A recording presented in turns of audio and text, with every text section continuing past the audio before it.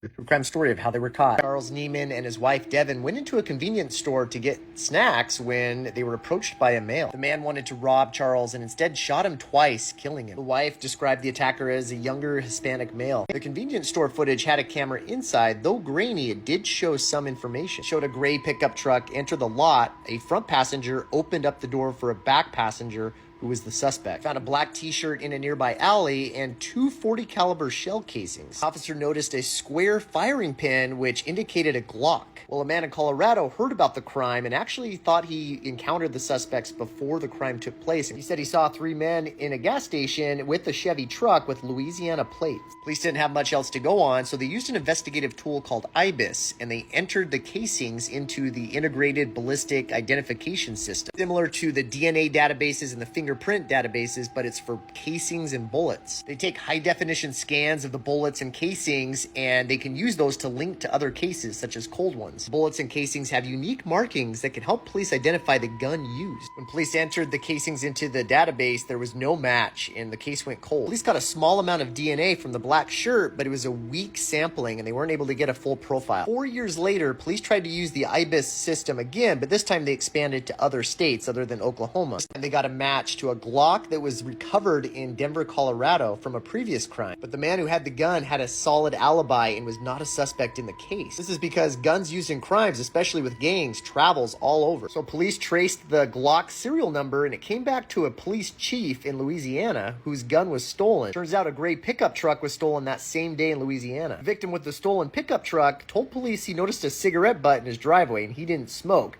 So police collected it. They were able to get a DNA hit off of it. DNA came back to a man named Zach Wilson. When police showed him a photo of the victim, he started crying in the fetal position and quickly confessed to the crime. He said he had gone on a multi-state crime spree with his half-brother and a friend. It was his half-brother Timothy D's turn to commit a crime. He robbed the victim, freaked out, and actually shot him out of panic. He said they later fled to Colorado and he tried to sell the gun, but somebody else actually stole it from him. Zach and the friend got 25 and 35 years, but the half-brother who shot the victim got life.